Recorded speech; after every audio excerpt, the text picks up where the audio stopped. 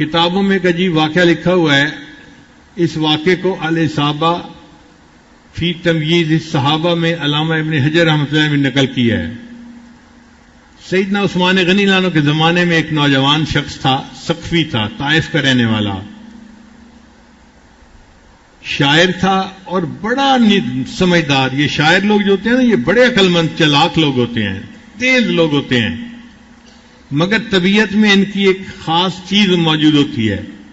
تو موڈی قسم کے لوگ ہوتے ہیں، اپنے موڈ میں ہوتے ہیں تو ان کے شعر تولد ہو جاتے ہیں، اور جب موڈ میں نہیں ہوتے تو پھر عام بندے کی طرح باتیں کرتے ہیں. چنانچہ شاعر بھی بہت اچھا تھا، اور اس کو ایک مرض تھی کہ وہ شراب پی لیتا تھا. ایک مرتبہ شراب پیتے ہوئے پکڑا گیا تو عثمان غنی نے اس کو سزا دلوائی، درے لگوائے. پھر دوبارہ پھر پکڑا گیا، پھر اس پر حد جاری کروائی گئی. جب 2 دفعہ حد جاری ہوئی تو سیدنا عثمان غنی نے سوچا یہ مدینۃ الرسول ہے، حرم ہے، یہ بندہ یہاں رہ کے اگر گناہ کرے گا تو یہ زیادہ برا ہے، اس سے بہتر ہے کہ اس کو باہر کہیں بھیج دیا جائے. تو انہوں نے جو لشکر شام کی طرف جا رہا تھا نا، اس لشکر کے ساتھ بھجوا دیا، مگر امیر لشکر کو بتا دیا کہ یہ عادی شرابی ہے، اس کی ذرا نگرانی زیادہ کرنا. اب جو امیر لشکر تھے وہ تھے سعد ابن ابی وقاص رضی اللہ تعالیٰ عنہ، اور یہ لشکر قادسیہ کی طرف جا رہا تھا.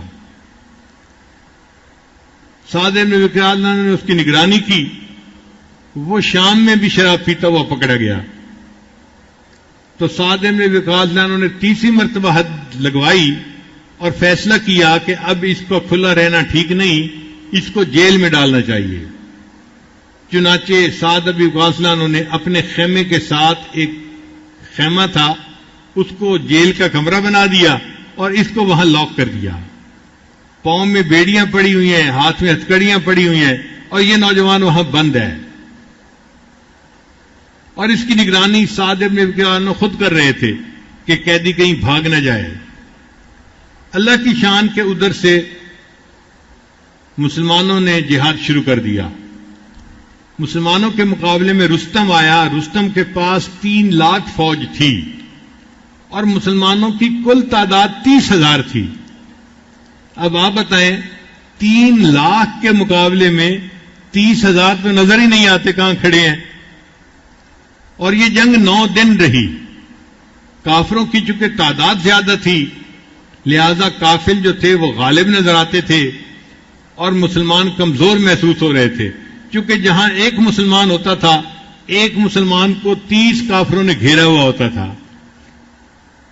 تو مسلمان بھی شہید ہو رہے تھے، کثرت کی وجہ سے تھک جاتے تھے.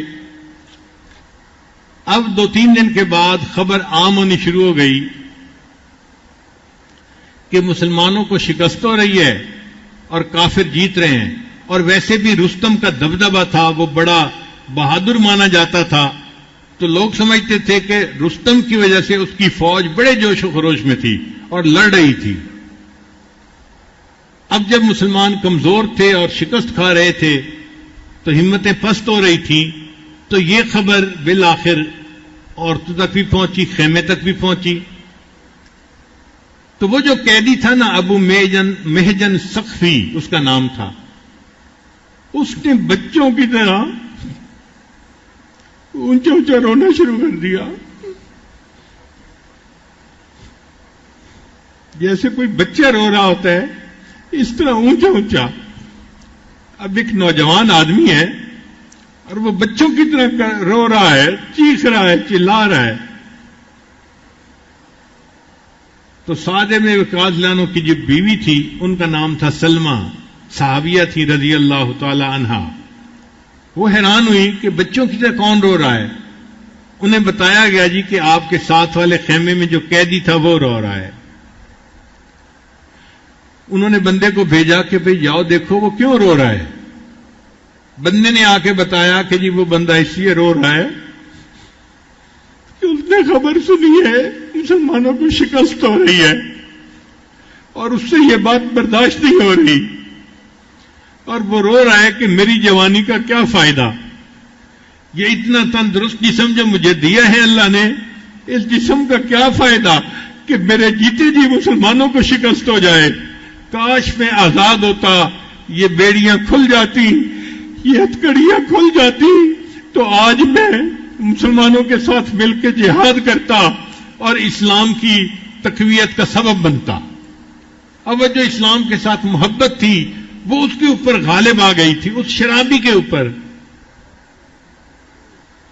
جب سلمہ رضی اللہ تعالیٰ عنہ نے یہ بات سنی تو انہوں نے پھر ابو محجن سقفی سے خود بات کی کہ بھئی تو شرابی آدمی ہے اور تو اتنا اظہار کر رہا ہے کہ اللہ اور اس کے رسول سے محبت ہے اور میں اس لیے رو رہا ہوں۔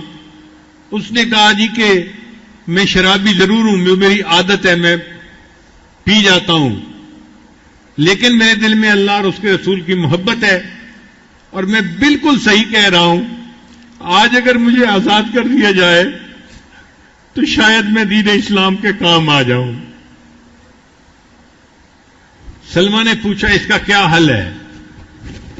اس نے کہا جی اس کا حل یہ ہے کہ آپ میرے اوپر اعتماد کریں اور مجھے آزاد کر دیں، اور جو آپ کے خاوند کا سب سے تیز بہادر گھوڑا ہے نا وہ مجھے دے دیں، اور جو اس کی سب سے بہترین تلوار ہے وہ مجھے دے دیں۔ میں جا کے جہاد کروں گا، اگر جہاد میں میں شہید ہو گیا تو قصہ ختم ہو جائے گا، اور اگر میں زندہ رہا تو میں وعدہ کرتا ہوں اور اللہ کو گواہ بناتا ہوں کہ میں واپس آ کے یہ بیڑیاں خود اپنے پاؤں میں پہن لوں گا۔ لو جی صحابیہ نے ان کو کھول دیا اور وہ گھوڑے پہ سوار ہوئے، کل اسد جیسے کوئی شیر بیٹھتا ہے نا اس طرح وہ گھوڑے پہ سوار ہوئے، اور انہوں نے ہاتھ میں تلوار لی اور اپنے آپ کو خوب لپیٹ لیا کہ ان کا چہرہ بھی کوئی نہ دیکھ سکے، پہچان بھی کوئی نہ سکے۔ یہ گھوڑا ایسا تھا کہ اس کے اوپر عام آدمی نہیں بیٹھ سکتا تھا، بہت جری گھوڑا تھا، بہادر گھوڑا تھا، اور بڑا کوئی مشق والا انسان اس کے اوپر سواری کر سکتا تھا۔ اس نے اس گھوڑے کو بھگایا اور مسلمانوں کے لشکر میں جا پہنچا۔ پھر جہاں پر سب سے زیادہ گمسان کی لڑائی ہو رہی تھی نا، مسلمان نرغے میں تھے، وہ وہاں گیا اور اس نے جا کے اللہ اکبر کا نعرہ لگایا اور تلوار چلانی شروع کی۔ اب وہ اتنا مشاق تھا، اتنا وہ یعنی بہادر تھا کہ اس نے تو مولی گاجر کی طرح دشمن کو کتر دیا، دشمن کی صفوں پہ اس کا خوف بیٹھ گیا۔ اب یہی کہ جہاں وہ دیکھتا کہ کوئی مسلمان نرغے میں ہے اور دوسرے لوگ اس کے گرد زیادہ ہیں، دشمن زیادہ ہیں، وہ وہاں جاتا، اللہ اکبر کا نعرہ لگا کے کود پڑتا، اپنے آپ کو اس کے اندر جو ہے وہ گویا ڈال دیتا۔ مگر اتنا وہ تلوار باز تھا کہ اس کی تلوار سے دشمن قتل ہوتے اور دشمن بھاگ کھڑے ہوتے، حتیٰ کہ رستم تک کے دل میں اس کا رعب بیٹھ گیا۔ اب جب اس کا رعب بیٹھ گیا تو کافروں نے پست ہونا شروع کر دیا اور مسلمانوں کا جوش خروش اور بڑھ گیا۔ سعد بن ابی وقاص اللہ عنہ دور بیٹھے ہوئے یہ سارا منظر خود دیکھ رہے تھے، حیران بھی ہو رہے تھے کہ یہ کون بندہ ہے کہ جس کو ہم پہچانتے بھی نہیں، اور جو صبح ہمارے ساتھ نہیں تھا اچانک کہیں سے آیا ہے، اور اس کی وجہ سے جنگ کا پاسا ہی پلٹ گیا۔ اللہ نے کیا کہ شام کو اللہ نے مسلمانوں کو فتح عطا فرما دی، قادسیہ فتح ہو گیا۔ اب سعد بن وقاص نے سوچا کہ میں اس مجاہد کو دیکھوں کہ جو فلاں گھوڑے کے اوپر سوار تھا، وہ مجاہد ملتا ہی کہیں نہیں تھا۔ ادھر سے پوچھا ادھر سے پوچھا، کوئی نہیں ملا۔ اب سعد ابن وقاص اللہ عنہ خوش بھی تھے حیران بھی تھے۔ خوش اس پہ تھے کہ اللہ نے مسلمانوں کو فتح عطا فرما دی، اللہ نے اسلام کو غالب فرما دیا۔ حیران اس بات پہ تھے کہ وہ مجاہد کہاں گم ہو گیا، کیا آسمان پہ اٹھ گیا یا زمین اس کو نگل گئی یا کہیں چلا گیا۔ خیر اپنے خیمے میں واپس آئے اور اپنی بیوی کو بتایا اللہ نے مسلمانوں کو فتح عطا فرما دی، لیکن مجھے لگتا ہے کہ آج کوئی اللہ تعالیٰ کی خاص مدد ہوئی ہے۔ بیوی نے پوچھا وہ کیسے؟ انہوں نے کہا کہ ایک لگتا ہے کوئی فرشتہ اللہ نے بھیجا تھا، اس کو ہم پہچانتے نہیں تھے، اور اس نے تو سواری کی ہوئی تھی میرے گھوڑے کے اوپر، اور ایسے لگتا تھا کہ میری تلوار اس کے ہاتھ میں ہے، اور وہ اتنا بے جگری سے لڑ رہا تھا۔ اس ایک بندے کی وجہ سے اللہ نے اسلام کو فتح عطا فرما دی۔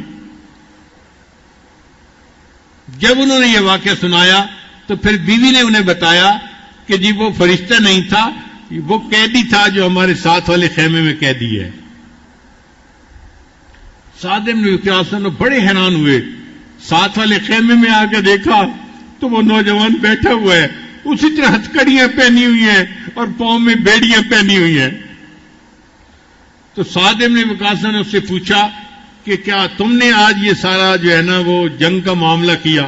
اس نے کہا ہاں، میں شرابی ہوں مگر میں اللہ اور اس کے رسول سے محبت بھی کرتا ہوں، اس لیے میں آج اسلام کی محبت کی وجہ سے نکل پڑا اور میں نے اپنے آپ کو شہادت کے لیے پیش کیا، مگر میری قسمت میں شہادت نہیں تھی، میں پھر آ گیا ہوں اور پھر میں نے یہ بیڑیاں باندھ لی ہیں اور قیدی بن کے بیٹھ گیا ہوں۔ سعد بن وقاص نے فرمایا کہ میں اپنے ہاتھ سے تمہاری ہتھکڑیاں کھولتا ہوں، اور آج کے بعد اگر تو شراب پیے گا بھی صحیح تو میں تمہارے اوپر حد نہیں جاری کروں گا، تمہارے دل میں اگر اللہ کی محبت اتنی ہے تو میں تمہارے پر حد نہیں جاری کروں گا۔ جب انہوں نے یہ الفاظ کہے، ان الفاظ کو سننا تھا، اس قیدی کے دل پہ اثر ہوا، اس نے قسم اٹھا کر کہا میں اللہ کو گواہ بنا کے قسم اٹھاتا ہوں آج کے بعد میں شراب نہیں پیوں گا۔ توبہ کا یہ وقت تھا جو اللہ نے متعین کیا ہوا تھا، اس نے توبہ کر کے ثابت کر دیا کہ جب اللہ چاہتے ہیں اللہ انسان کو گناہ سے توبہ کی توفیق عطا فرما دیتے ہیں۔